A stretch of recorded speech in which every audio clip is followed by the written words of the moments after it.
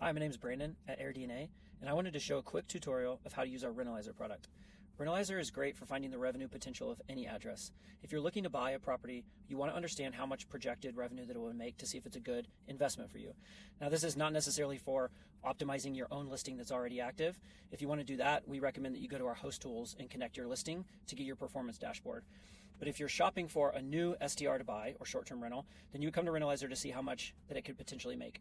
And the way that we do this is by looking at comparable properties, also called comps, and it looks at comparable properties near the address that you searched that are already short-term rentals. Since they're already short-term rentals, we know the revenue, average daily rate, and occupancy of those places, and so we're able to project the revenue that you can make.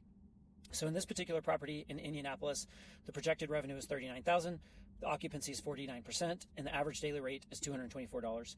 You can also see that the revenue range here ranges from $10,000 annually up to $60,000 annually. That's a pretty wide range, which is why our strength is only a medium. If we want to get that strength to a high, we would want to review our comps. And we'll do that in a second, but a couple other things to call out on this report that are helpful.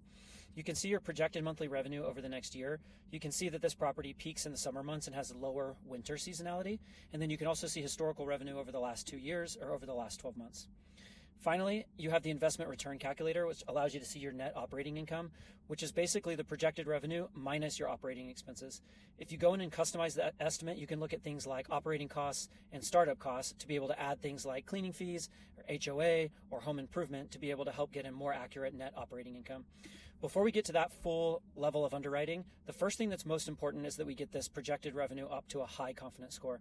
We tell everyone not to just take this number exactly as it is, and the reason why is because our starting comps are great. They're similar in terms of bedrooms and bathrooms. They're really close to the location. They have high reviews and ratings. However, AirDNA can't see specific things like how big a backyard is or really unique amenities. These are things that you can only see whenever you really dig into the comps and look at the pictures and try to really understand if you feel like the property you're looking to buy is something that you can compete with. So let's go in and review comps. And so here you see the pink dots on the right are all the potential comps. It's looking at comps of every bedroom, every amenity. It's looking at entire homes, all different price points. And there's a lot of filters that you have here. So you can filter down by certain bedroom counts, listing types, real estate types. You can also look at price tiers. You want to look at a budget place or upscale or luxury place. Several users really like to filter by days available. And so, for example, you can filter to only properties that are available most of the year. Another thing that's interesting would be you might want to only look at properties that are scoring above a 4.8 review rating, and also properties that have, let's say, at least 20 reviews. This would filter out properties that are really new and don't have a ton of reviews, or properties that are underperforming. You might not want to use those as a comp. Finally, there's amenities. You might decide that you're going to add a hot tub to your place whenever you buy it. So if that's the case, you might want to only look at comps that have a hot tub. And for example, you see that a lot of those pink dots got filtered out because there's few properties that have a hot tub in this particular part of Indianapolis. So doing the due diligence of looking through all of these listings is something that's time consuming, and it's worth the effort. Just as an example, for the sake of time, I'm going to tweak this a little bit just to show how the numbers change. So for example, let's say that I look at this really high performing property that's making $60,000 in revenue. And let's say I decide that I can't compete with this. It's just like my property that I'm looking to buy is not at this level, so I'm going to remove that comp.